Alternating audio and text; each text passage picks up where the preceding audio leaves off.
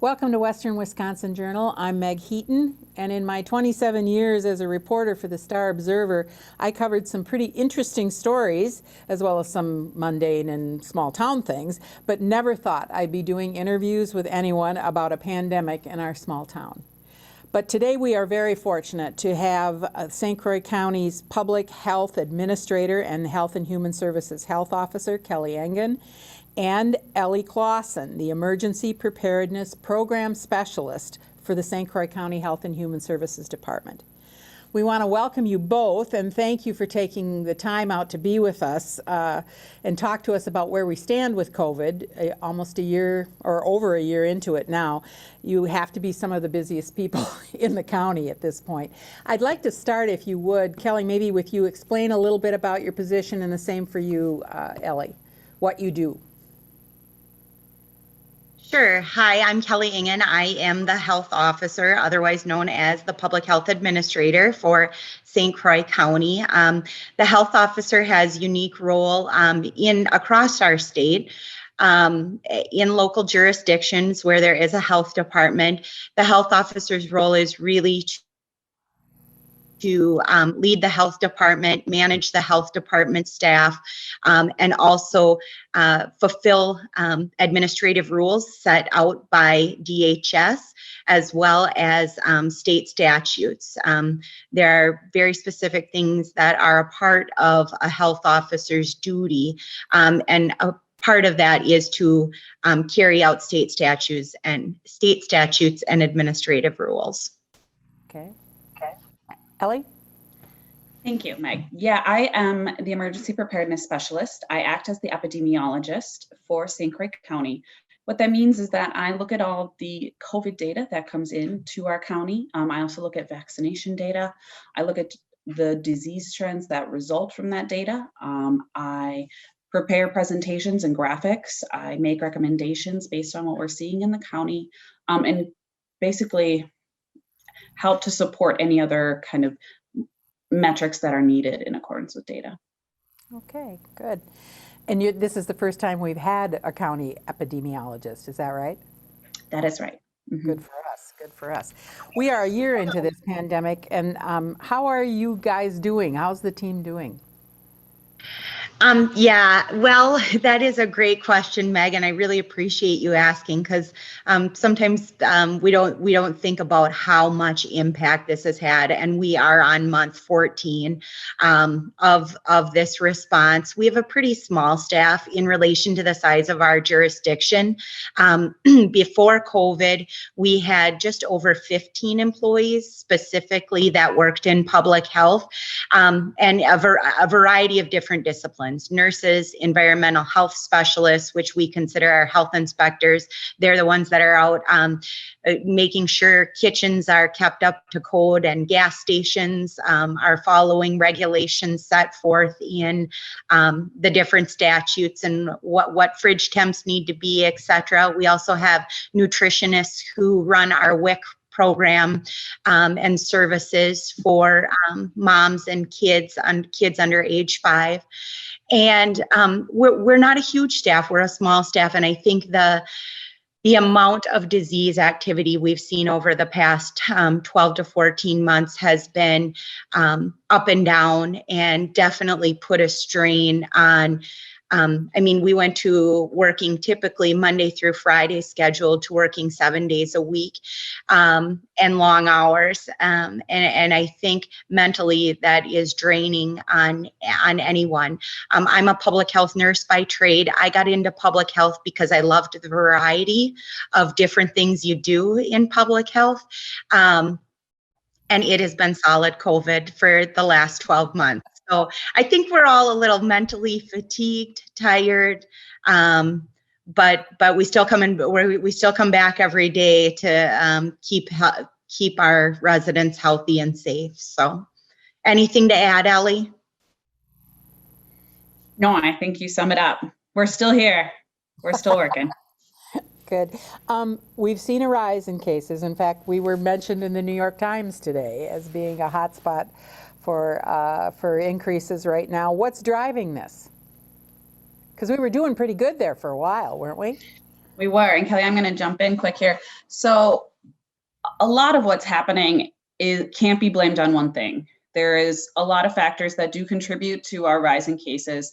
I think a big thing that our neighbors over in Minnesota, us being such a close county, are seeing a real big impact of the variant B117. They've done a lot of reporting on it. Their epidemiologists are talking about it. And we're starting to see, we have had one case of the variant identified here in our county. I do believe that that is circulating and it is causing some of the rise. Kelly and I have talked, we have been people just coming back from spring break. There have been traveling, people are socializing. There's an additional piece of the COVID fatigue. Like Kelly said, this has been 14 months. And so it is hard to keep those boundaries up for so long and keep that social distancing and the lack of return to a normal life. So I think there's a lot of pieces happening that are contributing to our rise. Mm-hmm. Are we seeing a rise in hospitalizations, or the really sick, the people are getting really sick from this? We are seeing an increase in comparison to February and March, where we really our numbers dropped really low. It was really good, really low hospitalization rates. They are starting to creep up now. And the Twin Cities have been reporting that their ICUs have been, their capacity's been at under 2%. It's been very low hospital capacity there, to where they're even discussing appropriate methods for hospitals on our side. So it is becoming worrisome. Okay. And what just, else? Meg, Yeah. sorry, just one thing to add on that. We know that hospitalizations are a lagging indicator. So after we see an increase in cases, we won't always see that hospitalization rates right after. We'll see them lag a week or two out, and then deaths potentially lagging out further than the hospitalizations, just of note. Right. What else is the data showing us? We're hearing a lot about younger people getting it, that the people my age are, getting vaccinated now, but what about the younger people, or what other trends are we seeing? Great question. I think one thing we have definitely seen is that shift from vaccination to where we're seeing our active cases and our active disease within the community. No longer is that 65 plus, 75 plus group a really big contributor. Even more so, and with hospitalizations, they're not a contributor as much of our individuals who are hospitalized. And so we are seeing a downward shift to those active cases. With that being kind of within the familial unit, we are seeing school-aged children carry more of the disease burden than they have in the past. And it still always kind of remains with the adult population, but we are seeing those shifts away from just proportion of disease by month. We can definitely see just the downward trend of 75, 85 plus, just headed straight down, which is But it's increasing in the younger population? We are seeing an increase. Yeah, we are definitely seeing, and just from these last few months where we saw it, we're seeing an increase across all of those, especially younger ages and those middle age groups. We're seeing an increase. But what kind of changes the trend is the proportion that those younger ages are taking up at this point. Okay. Can we trace any of this back to the fact that we've gone back to in-person school, and that we've done sports and we're doing more things like that, or not? Actually, our schools have done a very, very good job, and most of our St. Croix County schools, we have 6 different districts within our county, and we didn't see a ton of transmission occur in the school setting, which is fantastic. It means the safety precautions that our schools have really invested in early on. I remember having conversations with superintendents back in July last summer and August. They were prepping. They did not want to go virtual, or, they wanted to give the options to families, but they wanted to remain in person as much as they can. And I think from my standpoint, obviously I'm not an epidemiologist, but I think our schools have done a heck of a job in keeping kids and families safe Ellie, do you have anything to add? No, I completely agree. And with saying that, like Kelly said, the schools and the schools environment, superintendents, teachers, school nurses have all done a great job. I think a lot of what we're seeing right now in terms of trends does have a good proportion to do with the family unit and travel from the family or an infection that comes in. Not to say that it isn't without school infection, but the greater proportion of infection is coming from outside of the school system. Okay, so that brings us to what has recently just happened, the new mask advisory. Why are we doing that? And why is that important? And what recommendations do you have about that? Yeah, so I'll take that and Ellie can add in. So we do know that COVID-19 is not, it's not done, it's not gone, it's still in our community. And I think there is good evidence to show that masking does work. And I use our schools as one prime example.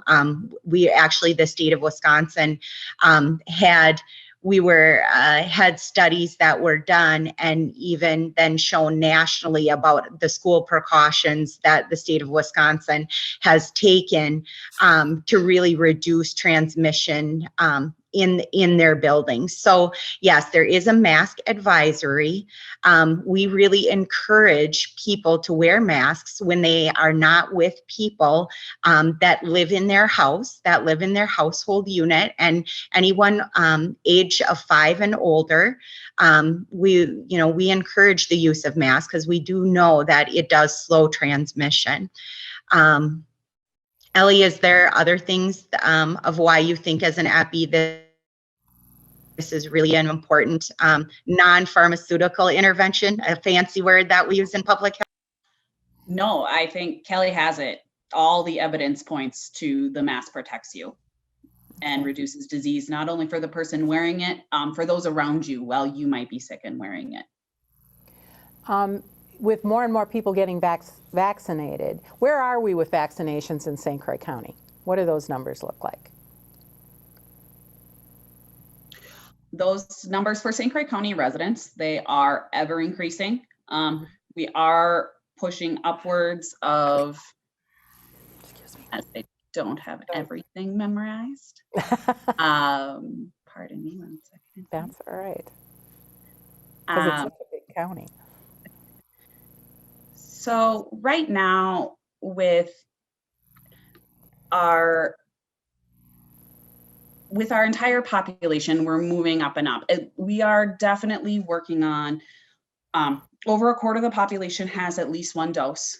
And so we're rapidly trying to make those individuals a quarter of our residential population to have 2 doses and become fully vaccinated. Or fully vaccinated, meaning that they have gotten the Johnson & Johnson vaccine and had 1 dose and they're done. And in our 65 plus population, that greatest at-risk population, we're over 50% right now are fully vaccinated. So things are really encouraging. Good. Kelly, anything to add? Yeah. Kelly, anything? No, I'm pulling the dashboard too and taking a quick look. I know last week, I think Ellie alluded to that above our 65 plus population, upward, I think almost 84% has had at least 1 vaccine, which is really good. I hope I have that data right. If I don't, you better cut that. If someone wants to get the vaccine, what are their options and how do they go about getting one? Yeah, so there is actually, we're not in short supply of vaccinators in St. Croix County. So all of our hospitals and our clinics in St. Croix County, both the health partners entities, New Richmond, Hudson Physicians, Western Wisconsin Health, and as well as the River Falls options too, as the hospital is in our county. They are all currently vaccinators. We also host clinics, community clinics, every Wednesday at WITC in New Richmond. That's where public health sets up shop and is able to vaccinate people. Our website, St. Croix County's website, is a good place to go to request a vaccine, because we are tracking in that form. You fill out a form, and in that form, we are tracking everybody who has filled that out and communicating back with them via email or phone related to when they can get set up to come to our public health clinic. Obviously, if they seek medical care, I know our hospital and clinics have been really focused on vaccinating their primary patients, or their patients of record, we call them. So if you do have a primary care physician associated with a clinic, checking their websites to see where they are at and their vaccine availability are all good options. Pharmacies are also now approved to give vaccines, and I do know a variety of pharmacies in our community are hosting clinics as well. How is the vaccine supply in St. Croix County? Yeah, that's a great question. And I say that with a smile. I think our supply remains to be challenging. The state really has come up with a metric or a formula based on social vulnerabilities that they use when they are determining which providers get vaccines. St. Croix County, we're a pretty healthy county. We're a wealthy county, which does impact our social vulnerability scale, which means we aren't as socially vulnerable as some other counties in Wisconsin. And I believe that really has played a part in the amount of vaccine that we've been allocated, that all providers in St. Croix County have been allocated, whether we're the health department or a clinic or hospital. I think we're going to see challenges related to Johnson & Johnson vaccine. There was, I think it came out last week, a manufacturer problem with Johnson & Johnson vaccine, and our state has said, the state of Wisconsin has seen about 70 to 80,000 doses of Johnson & Johnson allocated to the state as a whole. And for the next 3 to 4 weeks, we can expect less than 5,000 Johnson & Johnson vaccines allocated to the state. So we're definitely going to see a decrease in that allocation. But as far as Pfizer and Moderna, and all of our partners in St. Croix County either have a Pfizer or Moderna. We at St. Croix County Public Health have Pfizer vaccine. I don't anticipate us to see shortages there, but I think we'll continue to see challenges. And in terms of who's eligible for the vaccine, where do we stand with that now? Is it everybody? Actually, as of last week, April 5th, everybody age 16 and older who wants a vaccine is technically eligible for a vaccine. We just have to remember that eligibility doesn't require, or doesn't mean availability. And I think, as I said before, all of us vaccine providers, we're at different levels of kind of working through priority groups. Who's the most vulnerable, who's at most risk, because of course we want to be equitable in the distribution of vaccine, and the higher risk people and higher risk category occupations, we definitely want vaccinated first. Certainly our elderly, which I think we've done a really good job between all the different vaccinators and getting our elderly population, and we're kind of working our way down and identifying other vulnerable populations. And it's not like, I heard someone talk about, I know we're going to talk about this hopefully in a few minutes about the drive-through testing facility, but somebody confused that at the Y and said, oh, there's a drive-through vaccination thing, but most of the vaccinations you have to have a preset appointment. Is that correct? That's correct. In St. Croix County, I'm not aware of any drive-through clinics, maybe pharmacies, but I can't confirm that. And we have looked at that model, actually, a drive-through clinic. We know counties to the south of us and other counties in our area have done some drive-through clinics. We have not moved to that model.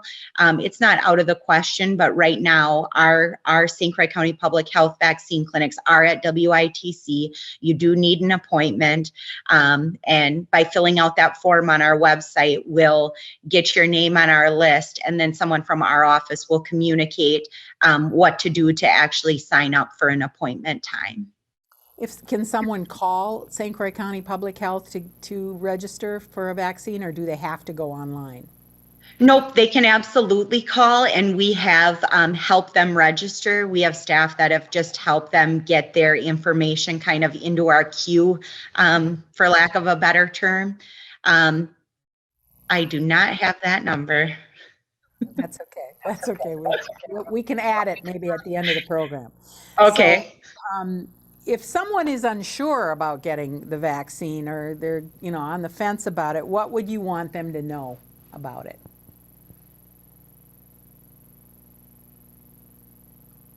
I can start off and Kelly can jump in. So all the vaccines that are currently released for COVID-19 have all been proven highly effective to prevent severe disease, hospitalizations, and death. And that's really what we're looking for. And although I think in the media they portray it that it has gone through kind of a quick process, this is a very rigorous testing process through the FDA to get these vaccines available for the population. And so what we're looking for is that you vaccinate not only to protect yourself, but you vaccinate yourself to protect others. So every time we add more individuals who are vaccinating, we're able to create communities of where if an individual can't receive a vaccination due to their immune system or for what reason or their age, because right now young children can't be vaccinated, we are creating more of a protection for them so that we are now unable to pass it and we become kind of a barrier to the vaccine. Kelly? Anything? Yeah, I think, No, go ahead. I think, I think vaccines in recent years have gotten a bad rap, and I think there's become more of an alertness to people asking a lot of questions related to vaccine. We know that vaccines are one of the top 10 accomplishments of public health in the last 100 years. We know it's one of the absolute things we can do to protect our community's health against really severe, debilitating communicable diseases. Well, we haven't seen, I hear a lot of times people say, well, polio, it was very aggressive and did lots of damage to a lot of people.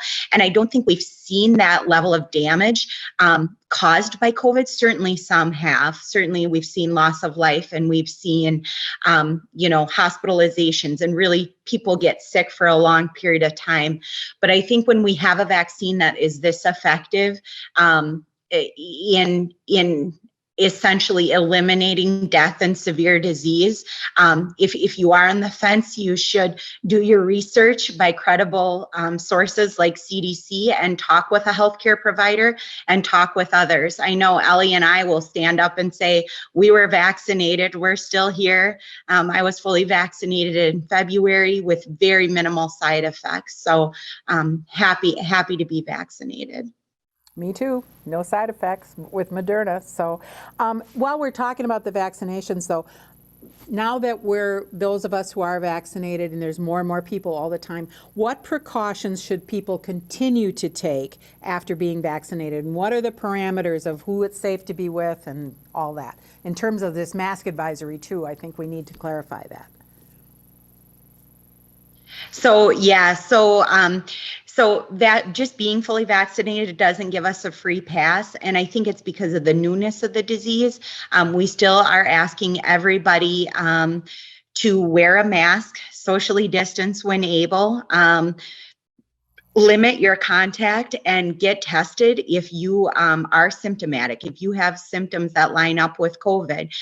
We have seen reinfections of people who've even been fully vaccinated and had COVID, whether that's a variant strain or for other reasons. You know, no vaccine is 100% effective, but we are still asking people to adhere to all the precautions we started with before there was a vaccine. Ellie, do you have anything to add? I would just say that, like Kelly said, in all public places, any individual, whether you are vaccinated or not, you need to maintain your distance and you need to wear a mask. The vaccination is new, and we are learning more and more about how we know it really protects you, but how is it, you still have to have exposure for the vaccine to work. And so all of those pieces are still falling into place. So in public and in households that aren't your own, wear a mask, socially distance. But should you be in a household where it's one other household and they are all vaccinated and no one has an immune issue, then it is okay to not wear the mask. And obviously within your own household, no one is wearing masks. But in all other circumstances, it's always better to not put anyone else at risk if you're able to. Rather safe than sorry. So you mentioned if you have symptoms or whatever, to get testing, and that brings us to the fact that there's going to be a testing location in Hudson, a COVID-19 testing location. Can you tell us about Yes. this? Yes, absolutely. So actually the state of Wisconsin reached out to us when about 4 weeks ago when they saw our cases start to go on the rise. We had previously had the Wisconsin National Guard doing testing locations at a variety of sites in St. Croix County.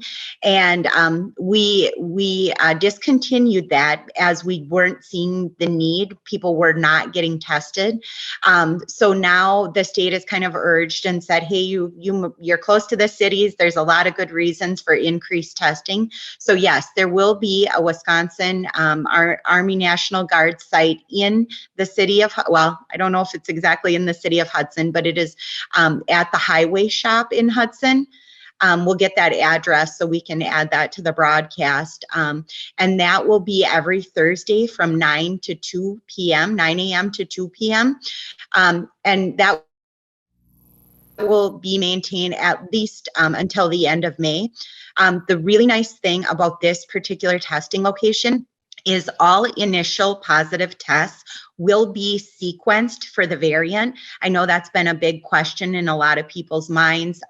Well, when I'm getting tested, am I getting tested for all the different kinds of strains of COVID-19? And we know that this location, if you test positive initially, that specimen will be sequenced with the state so we can identify if it is a variant strain or not. Do you need an appointment to do this, or can you just drive into the facility? So there is an appointment. The Wisconsin National Guard uses a technology method. I think they encourage pre-appointments, but I think you can sign up right when you're in line for the testing. Yeah. Okay, we'll put that information about the testing site and how to do that, along with the other telephone numbers we talked about, your number, at the end of the program. With more people getting vaccinated, though, is testing as important as it was in the beginning?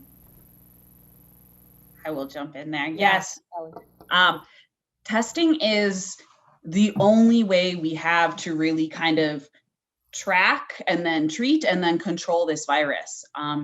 We are only going to know if you're positive and then give you, when you do test positive, we, public health, do call you within 24 hours to give you the advice to stay home, how to stay home, how long you need to stay home, so that you cannot infect the rest of your household and or your community.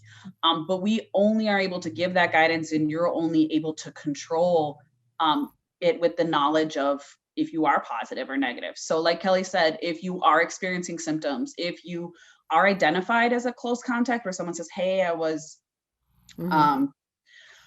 I did test positive, then you wait a couple days, allow that infection to potentially get to a testable level, wait 4 or 5 days, stay home during that time, but then go get tested. And what that helps us too is to really find out how much disease is in this county. Should we be really worried? Is there, if everyone goes and gets tested, then we know, okay, a lot of people went tested and only a few people came up positive. Okay, that's pretty good. But if a lot of people go get tested and a lot come up positive, then we know that there's a lot more disease out there that we're not capturing. So the Highway Department site is great in Hudson. It's completely free. Wisconsin also does offer through the DHS website their vault tests, so they're at home. So you can just order them and you can send your sample in. So there are opportunities to be tested, and it would be great for our testing Just numbers. quickly run over, Elle, the symptoms that should trigger concern among people. Right. So if you are, if you have had symptoms of diarrhea, you have headaches that are new. So these are anything that is new. So in persistent. So headaches, diarrhea, if you have a fever, a low-grade fever that's abnormal for you, the loss of taste and sense of smell. I mean, there are even people who just have simple symptoms as like they think it's allergies, and actually it's COVID, and they're able to pass it. But I should probably let the public health nurse jump in, as I am an epi, but I study all the symptoms coming through.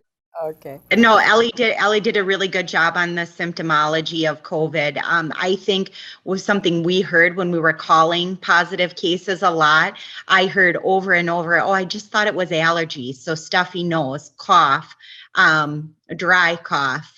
And then the ones Elle mentioned, nausea, diarrhea, that lost or taste or smell was really a hot one for us back in November when we were seeing a ton of disease in St. Croix County. It wasn't very often. Fever is one people is kind of misleading because people have COVID or test positive and said, but I never had a fever. Well, fever is not always the only sign that's indicative of a positive COVID test. So fever can kind of be a tricky one, but definitely increase of fever too would be symptoms we would want you to think about getting tested.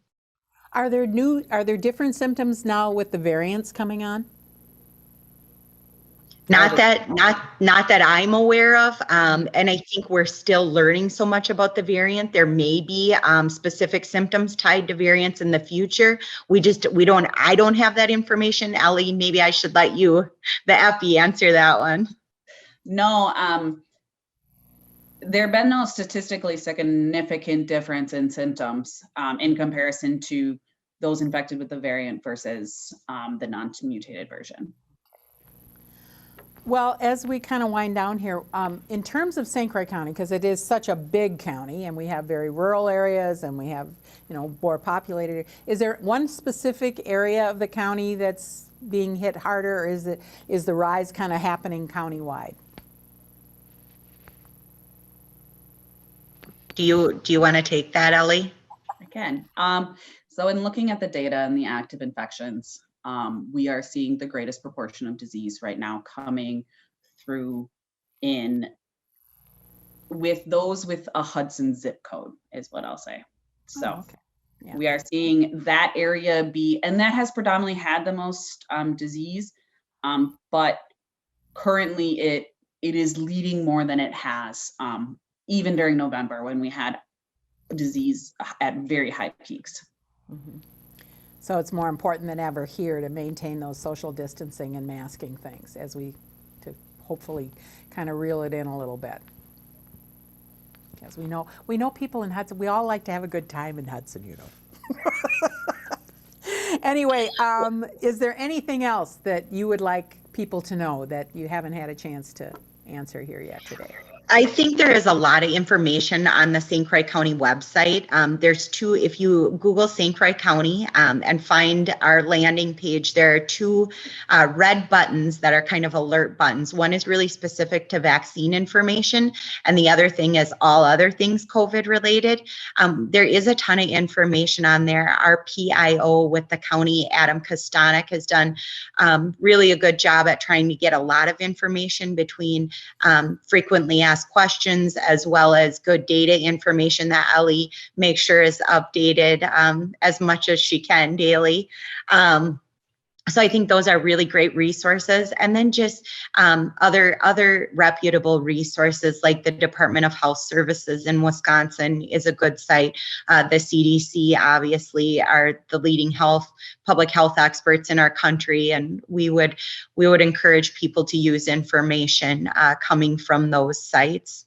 Anything to add, Elle? No, I think it's great. I think there's plenty of information that we have, and so I would think accessing it and finding out the answers that you need to move forward to be safe and healthy, I think that's great. Thank you for having me. Well, no, I can attest to the fact that the website has been, I mean, it's been an evolving thing, and it's getting better and better. And if that's due to having an information guy like Adam, that's wonderful. We long needed. I would have loved to have had him when I was trying to do stories with the county back in the day.